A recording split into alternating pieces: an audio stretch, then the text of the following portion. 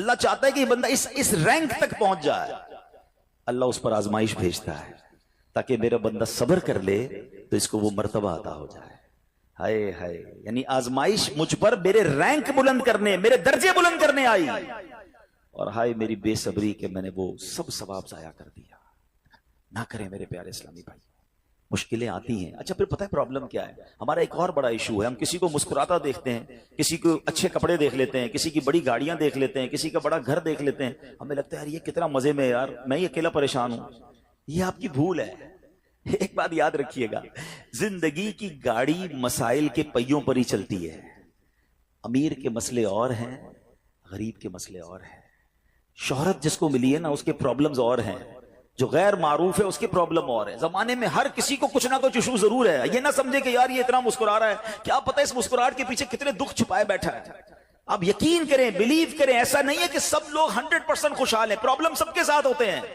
ابھی میں کیا کیا بتاؤں آپ کو، ہمارے پاس تو لوگ دعائیں کروانے آتے ہیں نا، ایسی پرابلم بتاتے ہیں کہ پیروں سے زمین نکل جاتی ہے. بعض اوقات ہم اتنے بڑے گھر میں جاتے ہیں، اس کی گاڑیاں کروڑوں روپے کی کھڑی ہیں، ان سے ملاقات ہوئی، وہ کہتے ہیں حضرت آپ سے الگ سے دعا کروانی ہے.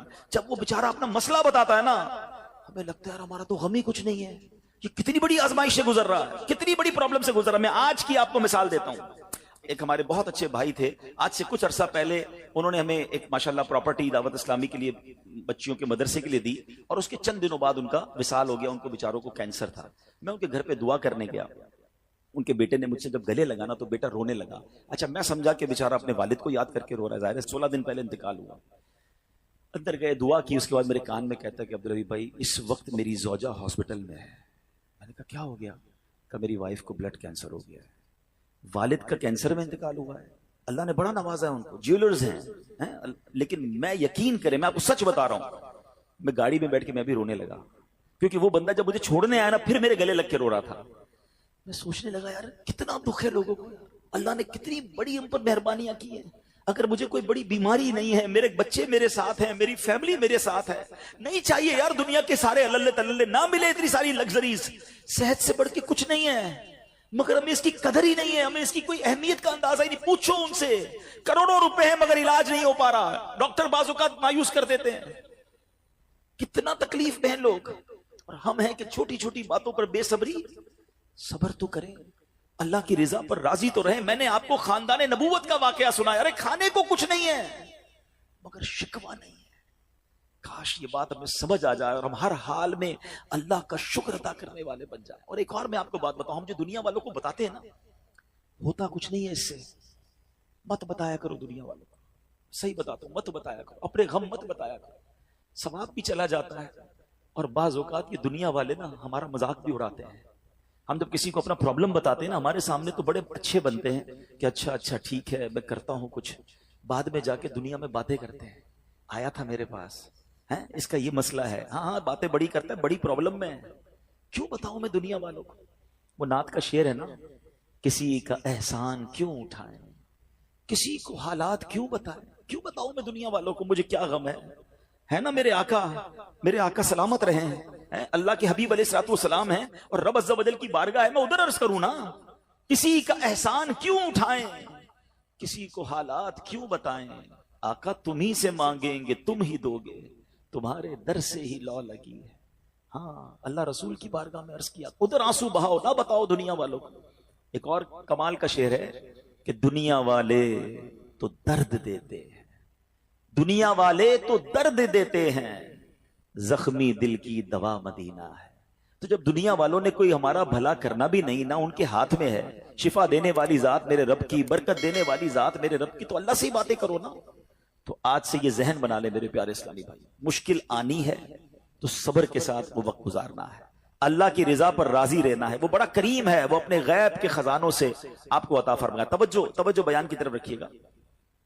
اور اب آتے ہیں اس پورے واقعے سے ایک اور خوبصورت بات جو ہمیں سیکھنے کو ملی، اور وہ بات کیا ہے کہ نبی پاک کے خاندان کی سخاوت کیسی تھی. مولا علی شیر خدا کے پاس صرف 6 درہم تھے، آپ نے وہ سب کے سب دے دیے.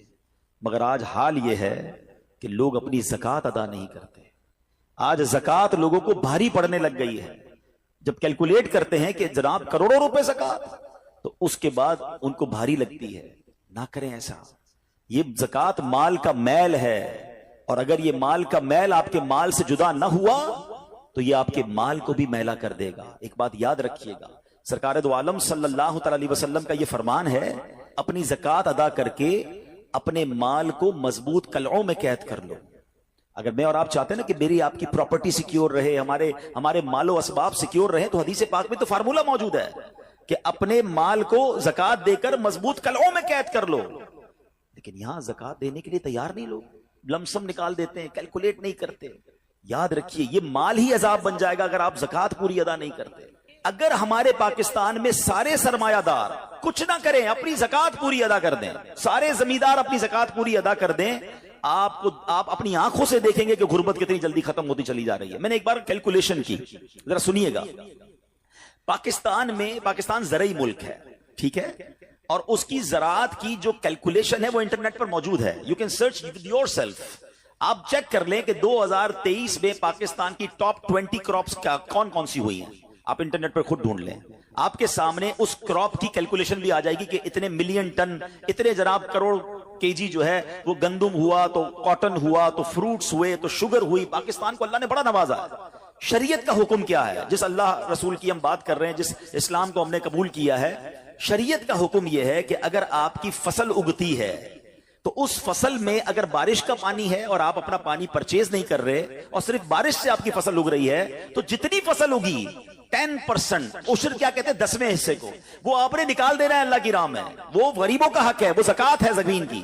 اور اگر آپ پانی ٹیوب ویل وغیرہ سے لیتے ہیں، پیسوں سے خریدتے ہیں، تو 5%۔ آپ بلیو کریں، میں بیٹھا کیلکولیٹر لے کر کہ پاکستان کی ٹاپ 10 کراپس کتنی ہوتی ہیں، اس کی مالیت کتنی ہے، اس کی ویلیو کتنی ہے، وہ میں نے بنائی اور اس کا 5% لگایا جو دینا ہی دینا ہے۔ آپ یقین کریں وہ بھی خربوں روپے میں بن گیا۔ یہ خربوں روپے کہاں ہیں اگر ہم زکات دیتے تو؟ کتنے غریبوں کا بھلا ہو جاتا، کتنے گھر خوشحال ہو جاتے۔ اچھا یہ تو صرف زمین کی زکات ہے، پراپرٹیز کی زکات اربوں خربوں روپے کے لوگ مالک ہیں، مگر جب کیلکولیٹر چلاتے ہیں نا، اوئے ہوئے ہوئے زکات جناب 10 کروڑ روپے بن جائے گی، تو پھر بھاری لگتی ہے۔ اللہ کے بندے، اللہ نے 4 ارب دیے ہیں تو 10 کروڑ زکات ہے نا، تو ٹینشن گائے کی ہے، شکر ادا کرو۔ اللہ نے دینے والا بنایا، مانگنے والا نہیں بنایا، مگر آج زکات بھاری پڑ گئی ہے۔ آپ کو پتا ہے قارون کیوں دسایا گیا تھا؟ قارون یہ حضرت موسیٰ کا کزن تھا، یہ تورات کا عالم تھا اور بڑا عالم دین تھا، مگر جب حضرت موسیٰ نے اس کو زکات کا حکم دیا نا، اس کے پاس کتنے پیسے تھے کہ قرآن کہتا ہے اس کی خزانوں کی چابیاں ایک جماعت لے کر چلتی تھی، خزانے نہیں، صرف کیز آف دا ٹریجر، اتنا خزانہ تھا۔ مگر کیا ہوا یہ کہ جب حضرت موسیٰ نے اس کو کہا، اچھا اس زمانے پتہ زکات کتنی تھی؟ ابھی تو 100 پہ 2.5 ہے نا، 1000 پہ 1۔ آپ نے فرمایا ہر 1000 پر 1 تم نے زکات دینی ہے۔ اس نے کیلکولیٹ کیا تو بہت بنتے تھے۔ حضرت موسیٰ کے خلاف ہو گیا، زکات کا انکار کیا، اپنے خزانوں کے ساتھ زمین میں دھسا دیا گیا۔ پلیز خدا کے واسطے اس آواز کو سب مل کر آگے بڑھائیں۔ میں تو یہ سمجھتا ہوں جس طرح ہم نماز کی بات کرتے ہیں کہ نماز پڑھو، زکات دیں، بے شک کسی کو بھی دیں، جو حقدار ہے اس کو دیں، مگر زکات پوری دیں۔ پاکستان خوشحال ہو جائے گا، غریبوں کا بھلا ہو جائے گا۔ لیکن زکات جس کی ہزاروں لاکھوں میں شاید وہ نکال دیتا ہے، مگر جب زکات کروڑوں میں ہو رہی ہے تو لوگوں کے دلوں پر بوجھ بنتی جا رہی ہے۔ اس کو بوجھ نہ بننے دینا۔ میں ایک دعا کرتا ہوں آج، اگر آپ کو لگے تو آپ بھی آمین کہہ دینا۔ اپنے لیے تو میں کئی بار یہ دعا کرتا ہوں کہ یا اللہ مجھے وہ مال نہ دینا جس کی زکات مجھ پر بھاری ہو جائے۔ کہو آمین۔ یا اللہ وہ مال دینا کہ میں خوش دلی سے تیری راہ میں زکات دوں۔ اچھا یہ بھی بڑا ایشو ہے، پیسے نکلتے ہیں تو بھاری بڑے پڑتے ہیں۔ اللہ فرماتا ہے تم اس وقت تک بھلائی کو نہیں پہنچ سکتے جب تک اپنی پیاری چیز راہ خدا میں خرچ نہ کرو۔ آپ بہترین خرچ کرو نا، اللہ آپ کو اس سے زیادہ عطا فرمائے گا۔ اچھا جب بھی کیلکولیٹر، دیکھیں کچھ چیزیں کیلکولیٹر سے کیلکولیٹ ہوتی ہیں، مگر اللہ کی راہ میں جو خرچ کرنے والا معاملہ ہے نا، وہ رحمت کے کیلکولیٹر سے کیلکولیٹ ہوتا ہے۔ وہ میرے اور آپ کے کیلکولیٹر سے کیلکولیٹ نہیں ہوگا۔ آپ حساب کریں گے کہ یار مولانا صاحب کہہ رہے ہیں اللہ کی راہ میں خرچ کرنے سے مال کم نہیں ہوتا، کروڑ روپے ہیں 2.5 لاکھ زکات دوں گا تو 97.5 بچ گئے، یہ تو کم ہو گئے۔ آپ اس کو کہیں نوٹ کر لیجئے، اگلے سال آپ کروڑ روپے کی زکات نہیں دے رہے ہوں گے، آپ اس سے زیادہ کی زکات دے رہے ہوں گے۔ یہ کیسے؟ جو بھی زکات دیتا ہے آپ اس کو پوچھ لیجئے، ہر سال اس کی زکات بڑھتی ہے۔ کیوں بڑھتی ہے بھائی؟ زکات تو پیسے کم ہونے چاہیے تھے۔ نہیں جناب، یہ میرے نبی علیہ الصلوۃ والسلام کا وعدہ ہے۔ ویسے تو میرے آقا جو فرمائے حق ہے، مگر اس حدیث میں اللہ کے رسول علیہ الصلوۃ والسلام نے قسم اٹھائی۔ آپ فرماتے ہیں میں قسم کھا کر کہتا ہوں اللہ کی راہ میں خرچ کرنے سے مال کم نہیں ہوتا۔ تو پھر تو لاک کر دو نا، پھر تو سمجھ جاؤ کہ جب نبی پاک قسم اٹھا کر فرما رہے ہیں. اچھا پھر آپ سب کو دیکھ لیں, جو بانٹ رہا ہے نا ہم ہر سال اس کا بڑھتے ہوئے دیکھ رہے ہیں. کم نہیں ہوتا. یہ بے وقوفی ہے جو یہ سوچتا ہے کہ یار دے دوں گا تو کم ہو جائے گا. نہیں. اور پھر میں آخری بات کر دوں اپنے بیان میں, جو ایک اور ایشو جو بہت بڑا ہم دیکھتے ہیں, ایک تو زکوٰۃ پوری دینی ہے اور انجوائے کر کے دینی ہے, خوش دلی سے دینی ہے, مزے لے کر دینی. یہ نہیں کہ دل پر بوجھ, یار کیا کروں 1 سال ہو گیا اب تو زکوٰۃ دینی پڑے گی. نہیں, یہ نہیں. دو اور انجوائے کرو, اللہ کی راہ میں خوش دلی سے دو. ایک واقعہ سن لیں, بات اور کلیریفائی ہو جائے گی. حضرت ابو جعفر اپنے زمانے کے بڑے ابدال ہیں. ان کے گھر میں ایک فقیر آیا تو انہوں نے اپنی زوجہ کو کہا کہ اپنے پاس کیا ہے دینے کے لیے؟ کہ حضور صرف 4 انڈے ہیں گھر میں, nothing else, 4 eggs only. کہا یہ چاروں ہی دے دو. ایمان اور عقیدہ اور بلیف دیکھیں, چاروں دے دو. چاروں دے دیے. تھوڑی دیر بعد دروازے پر دستک ہوئی, دیکھا تو ایک بندہ ٹوکری لے کر آیا. کہا کیا ہے؟ بیگم سے پوچھا. کہا آپ کے دوست نے انڈے بھجوائے ہیں. کہا کتنے آئے ہیں؟ کمرہ صاحب ذرا سنیے گا, کتنے آئے؟ تو کہا کہ 30 آئے ہیں.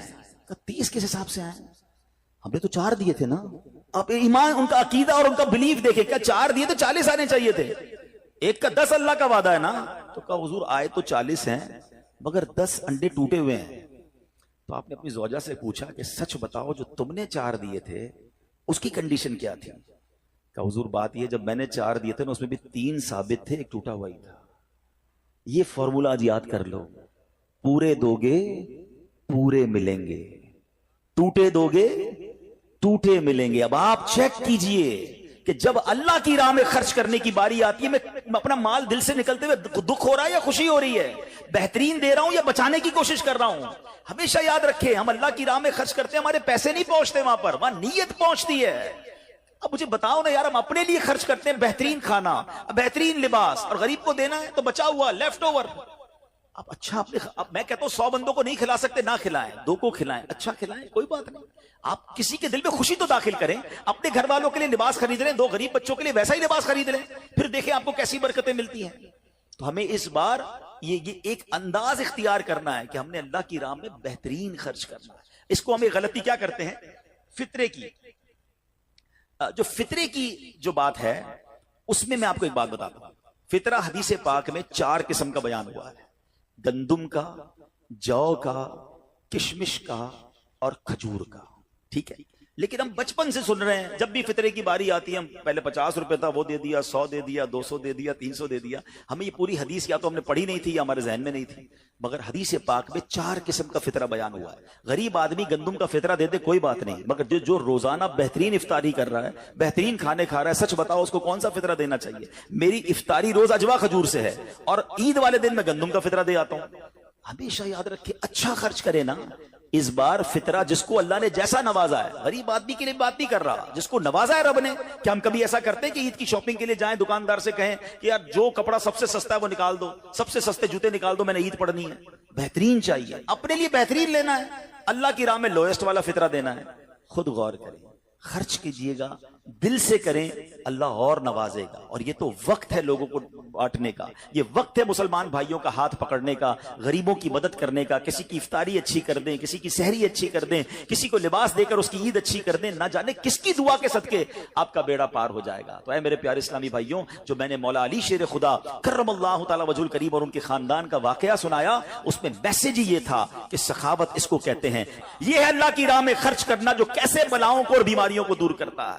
مگر آج حال یہ ہے, یقین جانے دکھ ہوتا ہے جب ہم ملتے ہیں لوگوں سے, ان کی ویلتھ پتا ہوتی ہے مگر زکوٰۃ پوری دینے کے لیے کوئی تیار نہیں ہے. خدا رسول کے واسطے آپ بھی اور یہ پیغام کو عام کریں. میں نہیں کہتا آپ دعوت اسلامی کو دیں, کہ زکوٰۃ تو پوری دو یار.